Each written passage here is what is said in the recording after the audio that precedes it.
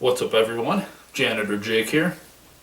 Now see, when I was a little kid, I always enjoyed playing the Double Dragon games on the Nintendo Entertainment System, alright? The good old NES. Double Dragon 1 was a pretty good game. Double Dragon 2, The Revenge, was even better. However, Double Dragon 3, The Sacred Stones, that one was more of a stinker. However, that did not kill my affection for the first two Double Dragon games. Now see, when I was about 9 years old, my dad and I went to our local movie and video game rental store. And as we were pulling into the parking lot, sitting right smack dab in the middle of this giant window was a huge movie poster. And what was on that poster? It was this, Double Dragon. Now when I saw that, my excitement went like this. Boom! And shot totally and completely sky high. Okay? However, after we actually bought the movie and finally watched it, my excitement went like this. Right down into the gutter. Right down into the garbage. Okay? And do you want to know why? Do you want to find out why? Are you sick and tired of me sitting here going... Alright then, let's get to the review of Double Dragon, the movie. So the movie starts off with some typical narration, but something in here confuses me. Thousands of years ago, in ancient China, an evil army of shadow warriors terrorized the great city of Changsha. The good king sacrificed himself to create a mystical medallion. This is the legend of the Double Dragon. So they mention Shadow Warriors, which I think is really cool because Shadow Warriors come from the video game Double Dragon 2, The Revenge. However, the confusing thing is, they mention a magic medallion. I mean, what the heck is this? This was never in the games. Well, we'll find out what it is soon enough. So then the movie takes us to somewhere in what I assume is ancient China, since it kind of looks like it's from the past. And Tweedledee even mentioned it in the narration. Thousands of years ago in ancient China.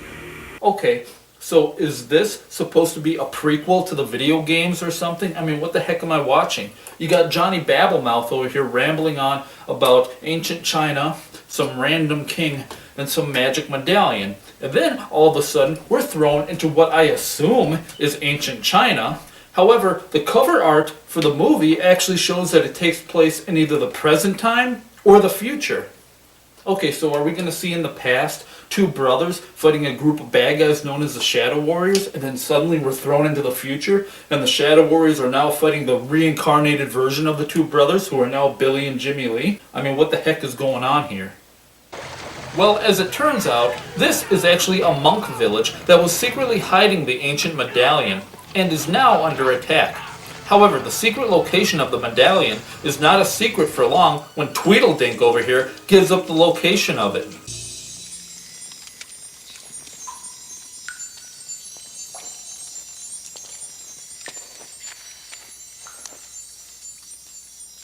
And we know that it's not ancient China because the masked ninja, who turns out to be Linda Lash from the video games, ends up pulling out all this newfangled gadgetry.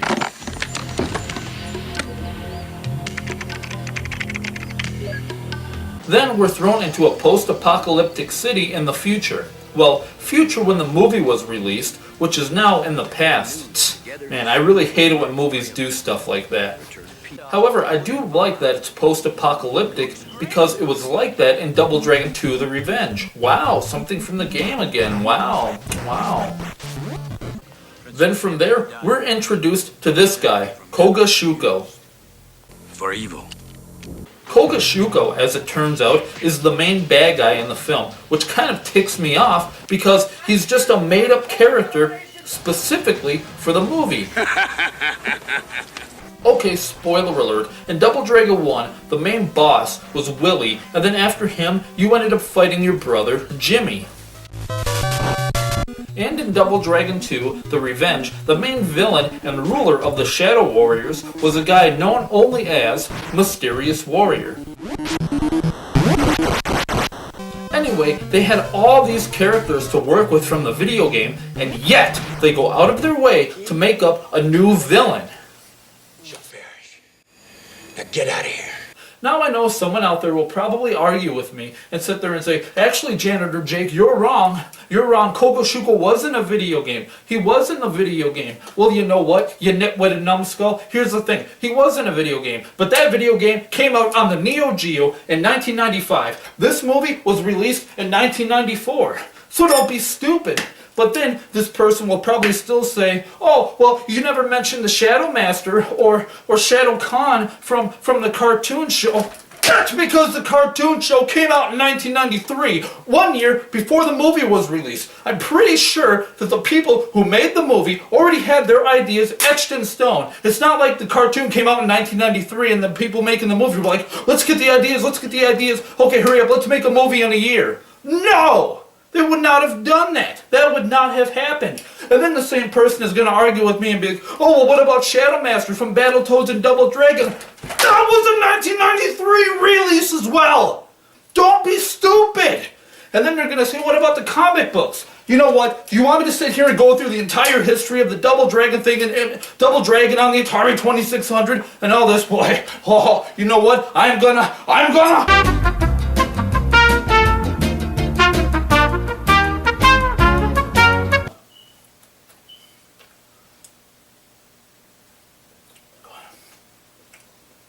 Let's continue on with the review. So Kogashuko now possesses the Double Dragon. Well, actually half the Double Dragon. And of course, he is upset that it's only half. But he ends up using the power of this half, which ends up being power over the soul, and it turns him into a shadow being. Find me the other half. Now, I will give credit to where credit is due. This was a pretty cool idea. I mean, having the actual villain or boss of the Shadow Warriors be able to turn into an actual shadow. Hey, cool idea, right? Here's the problem. It's still a made-up character specifically for the film.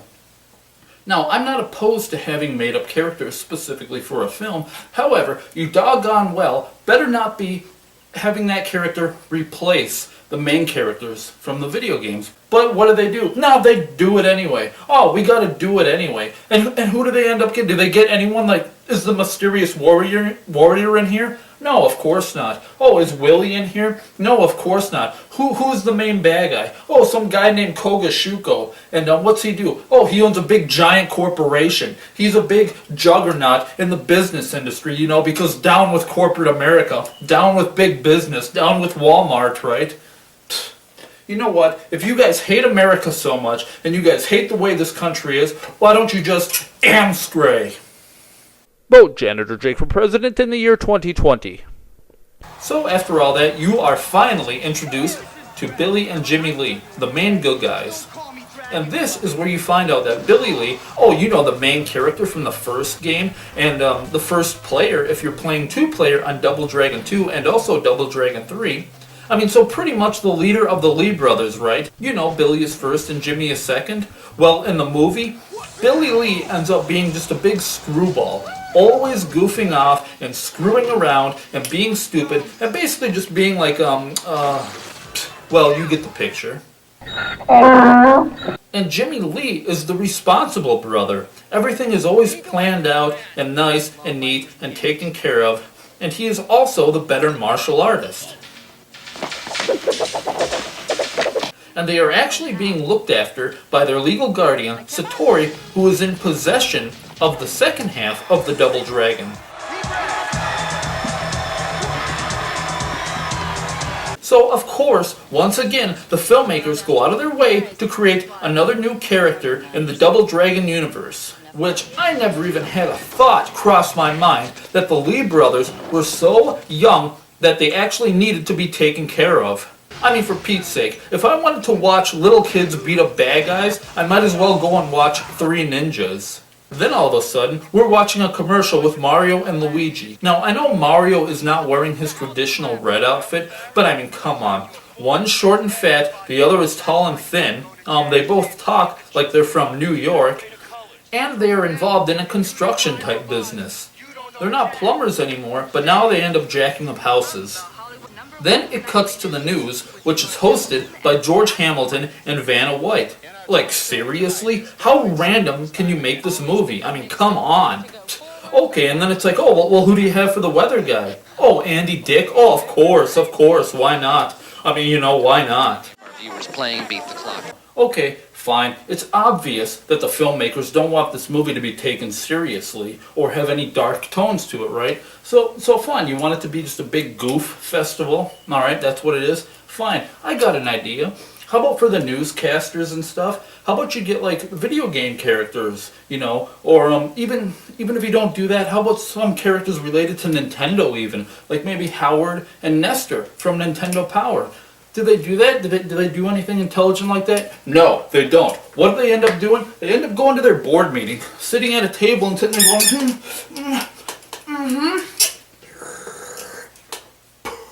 I got an idea. Let's get George Hamilton, and how about Vanna White. And who about the weather? Andy Dick. Let's get Andy Dick. Because, he's like a video game character anyway, right? Oh, brilliant. Psst. Absolutely ignorant and stupid. Why do they have to be stupid? So this is where you find out that the gangs actually control the streets and stuff at night, and the police actually go bye-bye for a bit. Well, we got everybody in? Yes, sir. Good. I'll see you tomorrow. But when the sun finally vanquishes that horrible night, then the police decide, oh, now it's safe to come back out and take over the streets, while the gangs now decide that they're going to go away. Now see, this is what makes doing a movie review kind of tough. You got the whole thing about the gang members being out at night, which is fine, but then the cops come out during the day. However, there's no actual footage of the police being out during the day, except for Marion's dad, and that's just him stepping outside of his own home. Now, if I want actual footage of police during the day, I have to jump farther into the film and grab that footage and bring it back. It's like the filmmakers do not cater to movie reviewers. You know what, filmmakers? You gotta think. You gotta think about us movie reviewers, okay? So now Billy, Jimmy, and Satori are out after curfew and are basically gang bait. Those guys are gnarly. Now, not only are Billy and Jimmy martial artists, but they're also completely moronic as well. Oh, okay. They see what they believe to be some hottie having car trouble. Yeah, that's not a trap at all, is it? Oh, no, of course not. Some woman in a little schoolgirl outfit at night in the street all by herself. No gangs wouldn't bother her, would they? Oh, no, not at all. So stupid. So they end up falling into the trap and are surrounded by a gang called the Mohawks. And this is where you get to meet their leader, and finally another Double Dragon character, a Bobo.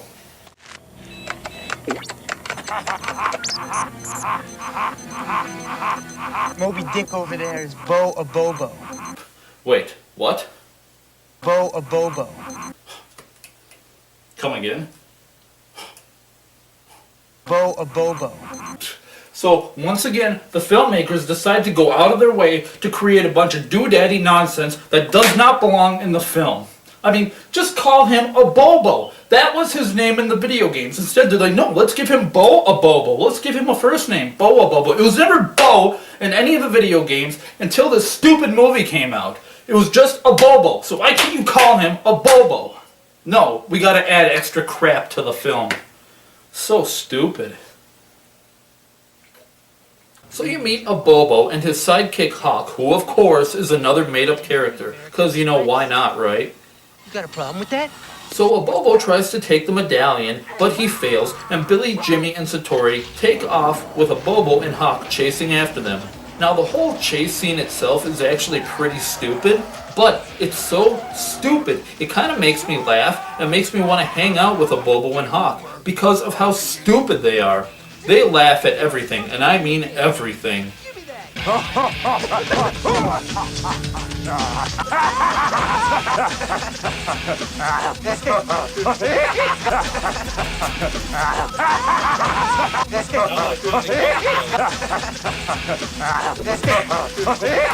And they also make a joke about the Lee brothers, which carries on throughout the entire film, so you better get used to that.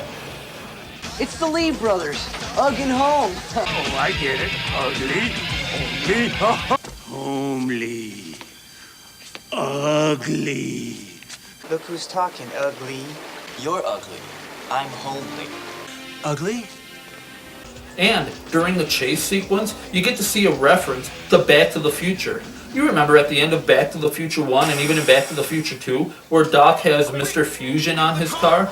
Well, Billy and Jimmy have it in their car as well. Now this is actually somewhat of an intelligent reference, because Doc ended up getting Mr. Fusion in 2015, and everything seemed good on it, right? Well, Double Dragon takes place in 2007, which is still supposed to be the future. So this apparently is the first version before they ended up perfecting it. Huh, well, holy smoke. Go ahead, quick, get in the car. Anywho, they end up crashing down some alley, and as they're getting ready to fight a Bobo, someone comes to their rescue. And that someone is none other than Miley Cyrus. Get out of here. So, duh, I know it's not really her. The movie was made too early. Anyway, Miley's role model here ends up being Marion, another character from the Double Dragon games, which, of course, they had to completely screw up for the film. Marion was the damsel in distress who you had to rescue in the first game, and the second game, and the third game. In the movie, however, she's the leader of this group called the Power Corps. Damn Power Corps. Which is just a bunch of vigilantes who apparently fight the gangs and clean up the mess in the city that the gangs make. The Power Corps doesn't just clean up the mess in the morning, they fight. But the only time you ever see them fight gangs is way later in the film. Stupid. So, as it turns out, a Bobo is working with Shuko and tells him that Billy and Jimmy are in possession of the second half of the Double Dragon Medallion. So, Shuko and his lackeys show up to where Billy, Jimmy, and Satori live and try to take the other half of the medallion. So now, of course, Shuko is going to fight Satori, and of course, they have to have history together because, why wouldn't they? Why wouldn't they know each other? Geisman. No one has called me Geisman in many years. Lotus Flower, I've missed your sense of peasant justice. We've been apart for far too long. So while they're doing that, you got Billy and Jimmy over here fighting these two guys. Now, who are these two guys? They are always hanging around Shuko and Linda, and I know they have to be from the games, right? I mean, are they the Williams? Well, no. How about the Lopars? No. Maybe the Chintais? I mean, I don't know. No one ever says anything.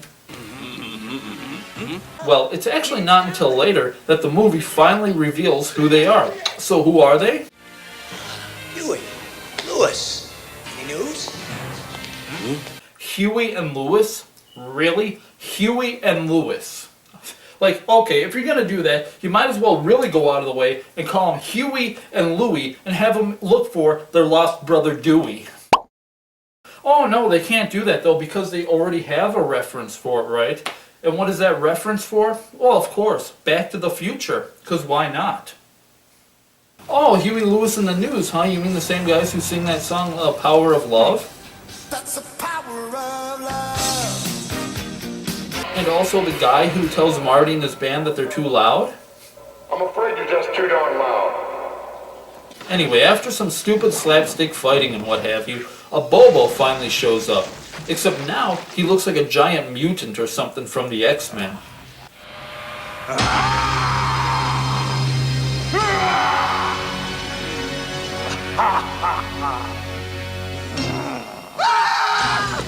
And that's all because Shuko wanted to do an experiment on him and make him way, way, way more powerful than he was before.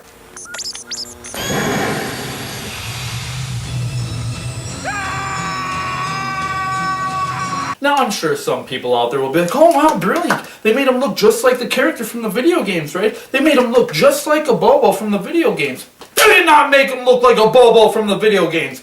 Don't be stupid, okay? Yeah, they might have tried to do it, but you know what? It was a pretty terrible try. I mean, look at this. One looks like a mutant, and the other one actually kind of looks more like a bodybuilder.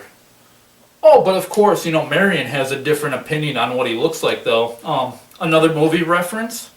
Shuko did some sort of experiment on him. He looks like the Stay Puft Marshmallow Man. Whatever, what a joke. So anyway, Shuko possesses Satori by turning into a shadow, and then uses Satori to try to get the second half of the medallion. But Billy and Jimmy aren't having any of that shenanigans, so they lock up Satori in a cage. Now tell us what you did with Satori. And of course, out pops Shuko.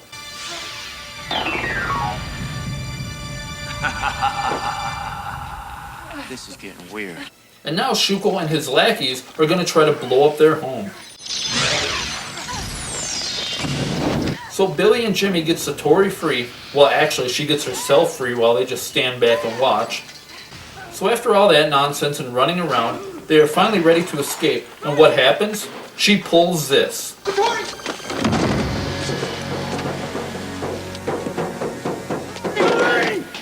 So now she's going to sacrifice herself? That's stupid. If she's doing it to save Billy and Jimmy, she should already know that they're not going to leave her. They're just going to sit there and try to save her and possibly die in the explosion. If she would have just ran out with them, they would have been fine. I mean, they have more places to run to, and cops are out there too, right? So what happens? Well, Billy and Jimmy take off, and then, boom, bye-bye home. Too bad, too bad. So while Billy and Jimmy sit there watching the fire, Shuko tells Linda to set up a meeting with the gangs so he can use them to get the second half of the Double Dragon. Through them, the medallion will be mine. Alright, so are you guys still there? You still there watching? Good. I want you to continue sitting here watching while I move on to the second half of the review. After a word from our sponsors. Go to janitorjake.com. There's a donate button. Click on it. Donate $1. Yeah. Mm-hmm. Merry Christmas. Yeah. Janitorjake.com.